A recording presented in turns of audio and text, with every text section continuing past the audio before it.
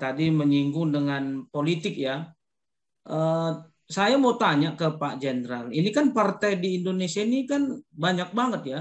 PKS pecah, PAN pecah, hampir semua pecah kan, PKB pecah, apalagi hampir semua pecah, Golkar juga hampir pecah, nggak tahu nanti PDIP. Saya nggak tahu jumlahnya malah. Lupa jumlahnya. Ya, lupa jumlah berapa partai di Indonesia ini. Tapi apakah itu bagian dari Pancasila nggak? Ideologi berasal dari kata ide, idea, dan logi. Logi itu berasal dari kata logos. Sebaiknya Anda simak isi video ini sampai selesai supaya tidak gagal paham sebelum Anda komentar. Dan jangan lupa subscribe bagi Anda yang belum subscribe. Karena subscribe di sini gratis guys. Dan bagikan link reaksi Nusantara ke media sosial lainnya supaya teman Anda bisa berbagi pengalaman bersama kita di Reaksi Nusantara. Terima kasih dan selamat menyimak. Nanti kalau terjadi biar gitu ya. Ardiansa Bangun. Swastiastu. Iya, swastiastu. Ya, rahayu buat kita Rahayu. semuanya. Iya. Ya, tadi ada beberapa mungkin saya bertanya kepada Pak Jenderal itu mengenai tadi menyinggung dengan politik ya. Saya mau tanya ke Pak Jenderal. Ini kan partai di Indonesia ini kan banyak banget ya. Saya nggak tahu jumlahnya malah. Lupa jumlahnya. Ya, lupa jumlah berapa partai di Indonesia ini. Tapi apakah itu bagian dari Pancasila nggak? Yang partai-partai ini semuanya. Nah, itu banyak partai itu maksud saya. Nah, ya Pak Bangun, ya kalau pertanyaannya jawabannya apakah partai banyak ini Pancasila? Ya jelas tidak. Jelas tidak. Ngapain harus banyak? Ya kan? Toh sasarannya untuk apa mereka berpartai? Ternyata mereka berpartai banyak pecah-pecah ini hanya itu tadi. Bagaimana mayoritas menguasai minoritas. Itu aja kok, nggak ada yang lain. Ya, inilah makanya terpecah-pecah. Ada partai yang sudah mati, hidup lagi. Ada yang terpecah, lihat aja partai. PKS pecah, PAN pecah. Hampir semua pecah kan. PKB pecah, apalagi. Hampir semua pecah. Golkar juga hampir pecah. Nggak tahu nanti PDIP. PDIP juga bisa pecah. Kenapa? Karena pusat kekuatan di tangan satu orang.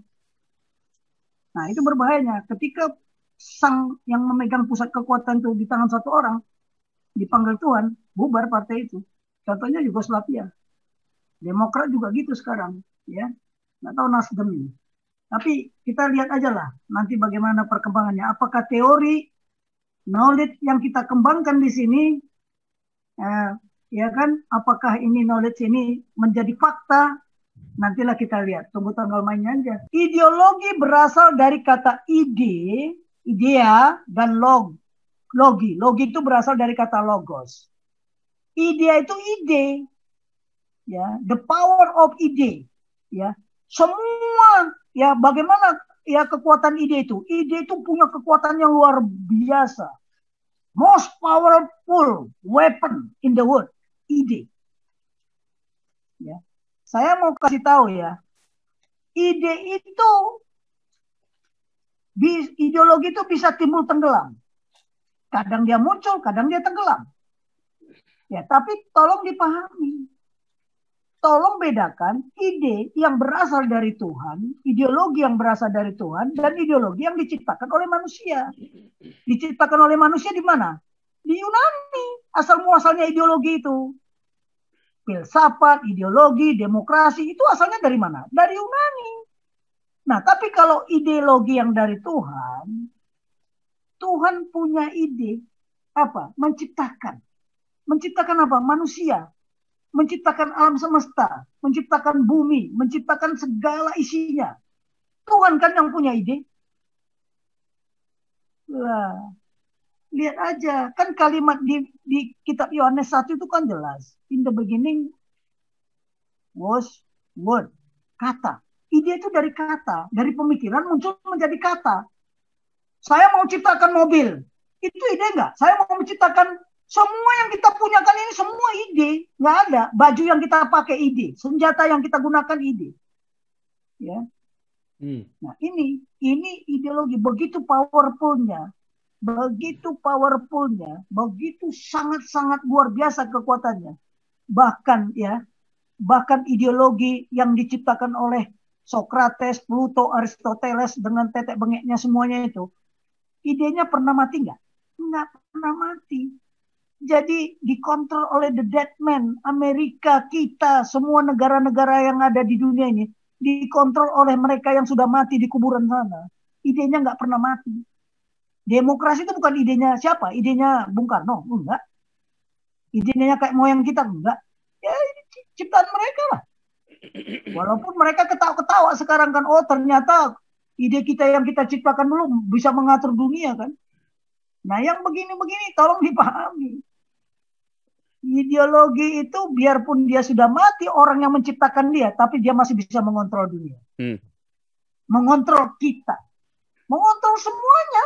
Hati-hati loh. Itulah ideologi. Kuatnya luar biasa kan. Apalagi kalau sudah dianggap apa? Dijadikan dogma. Wah itu yang paling benar. Waduh mampuslah kita ini semua. Jadi tolong ya. Ideologi. Logos. Tapi kalau di kamus bahasa Indonesia, logi itu teori katanya. Padahal aslinya logos itu adalah bagaimana kita mengekspresikan, bagaimana kita mengenjawatakan, bagaimana kita mengimplementasikan ide yang diciptakan. Lah, kalau Pancasila adalah ide dan filosofi para founding fathers. Menciptakan nilai-nilai yang sudah ada di bumi pertiwi ini dikemas yang disebut Pancasila.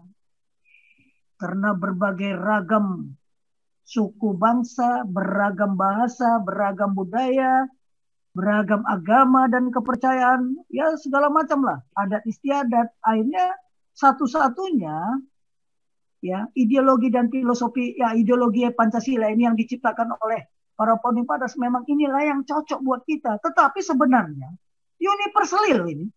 Pancasila itu universally. Ya makanya sekarang di era globalisasi ini kita dituntut apa? Think globally, act locally, live universally. Inilah tuntutan ke depan. Tapi itu kembali lagi membutuhkan sumber daya manusia. Manusia yang mau berpartisipasi. Ya manusia partisipan tanpa pamrih. Ikhlas. Nah sekarang contoh anggota DPR itu mau nggak tanpa pamrih? Bohong. Coba kalau nggak terima gaji mau nggak? Banyak yang miskin, banyak yang melarat. Kok yang kerja yang diakonia malah bukan mereka. Mereka sibuk sendiri. Lihat aja waktu kasus COVID-19 sibuk pakai pakaian yang anti COVID itu loh. Yang harusnya digunakan oleh apa? Tenaga kesehatan malah mereka berpamer-pameran foto pakai baju apa? Baju yang dipakai anti apa itu? Anti COVID itu. Kan memang udah gila kok kita ini, sudah nggak waras gitu loh. Makanya the way of life. Apa makna the way of life? Sikap hidup kita. Nah itu tadilah ya, kembali lagi. Saya kira masih ada pertanyaannya nggak belum terjawab ya. Saya kira. Nah kemarin tadi Opung JJ juga bilang, oh saya nggak ketemukan literatur itu. Ya itu karena kita miskin. Miskin. Kenapa? Saya jujur aja lah. Saya waktu ujian apa ya? Ujian tesis di Gajah Mada. Itu saya sudah pensiun itu tahun 2005. Tahun 2015. Saya sudah pensiun 2012. Berarti saya sudah menjalani 4 tahun. Saya ujian tesis, umur saya sudah tua. Ya, pertama kali saya, wah, namanya Gajah Mada, tahu sendirilah Universitas Gajah Mada kayak apa ketatnya. Ya, dosen penguji saya tuh saya udah diingatkan juga sama sekretaris, Pak Tobing, itu killer semua. Oh iya, senang saya menghadapi yang killer-killer. Saya diminta yang pertama lagi, jam 7 pagi udah. Ya nggak boleh ada pembantu, operasi sendiri, semua komputer segala macam. Nah, begitu saya selesai, saya duduk, masuklah anak-anak muda. Ya, tahu-tahu anak muda ini keluar nangis. Loh, kamu kenapa nangis? Saya ketahuan Pak. Ketahuan apa? Plagiat. Aduh, saya bisa bayangkan coba ya. Bisa bayangkan, aduh saya aja yang udah tua, udah pensiun, sudah bau tanah. Yang namanya plagiat itu sudah bukan karakter gitu. Saya begitu apa, dosennya bilang, Pak Tobing siap-siap wisuda. Nanti tanggal sekian wisuda. Anda sudah lulus. Tapi saya lihat adik-adik ini menangis. Bahkan dia tidak boleh lagi mengikuti kuliah gara-gara ketahuan plagiat. Nah ini karakter apa? Hati-hati loh ya. Jadi jangan Pancasila itu sekedar literatur saja. Mari kita perkaya, gitu loh. Mari kita tumbuhkan bagaimana memasyarakatkan Pancasila sebagai ideologi bangsa. Bagaimana memasyarakatkan ideologi bangsa, yaitu satu-satunya Pancasila. Inilah tugas yang paling berat, karena 75 tahun kita mengabaikan, namanya apa? Karakter building itu, nation and character building itu kita mengabaikan. Inilah yang kita terima sekarang. Jadi apa yang terjadi sekarang, ini adalah apa? Ini hasil kepemimpinan 25 tahun yang lalu. Mungkin 50 tahun yang lalu. Ini yang tidak diwaspadai. Masih ada lagi yang sudah peot. Ya. Udah berdiri pun udah nggak bisa. Masih mau jadi presiden. Gimana coba generasi muda berikutnya? Itu gara-gara pergeseran paradigma. Paradigma mana? Wah, ketika Mahathir umur 90 tahun bisa jadi Perdana Menteri. Kan itu. Padahal Mahathir itu hanya untuk apa? Untuk sementara aja. Supaya bagaimana mengalahkan Perdana Menteri sebelumnya yang sudah ketahuan banyak korupsi, kan begitu. Setelah itu dia serahkan juga, estafet juga. Jadi the grit of leadership salah satu adalah passing on. Estafetkan kepemimpinan ini. Tetapi apa yang mau diestafetkan? Ini ya, tanya anak-anak kita ini sekarang. Dia bilang apa? Kami ini bukan generasi penerus. Dia bilang apa? Generasi terus menerus. Ini paradigma coba. Anak-anak muda ini, makanya mahasiswa itu kok diam. Ingat ya, Indonesia ini dibangun oleh pemuda. Pergeseran paradigma juga disebabkan oleh pemuda. Sudah waktunya, nggak ada lagi yang tua-tua itu loh. Masa kepemimpinan ini berputar-putar di lingkungan orang-orang itu saja? Emangnya kelebihannya apa? Coba kita cek apa legasi yang ditinggalkan sama mereka. Nah, itulah yang perlu dijawab oleh anak bangsa ini. Terima kasih Anda telah meluangkan waktu untuk memberi masukan kepada kami, dan semoga komentar Anda bisa bermanfaat untuk edukasi generasi penerus bangsa ini, terutama bagi diri kita sendiri dan untuk mereka yang mau berpikir dengan akal sehat. Karena dengan akal sehatlah kita bisa bedakan mana yang terbaik untuk orang lain, saudara, keluarga dan terutama untuk diri kita sendiri.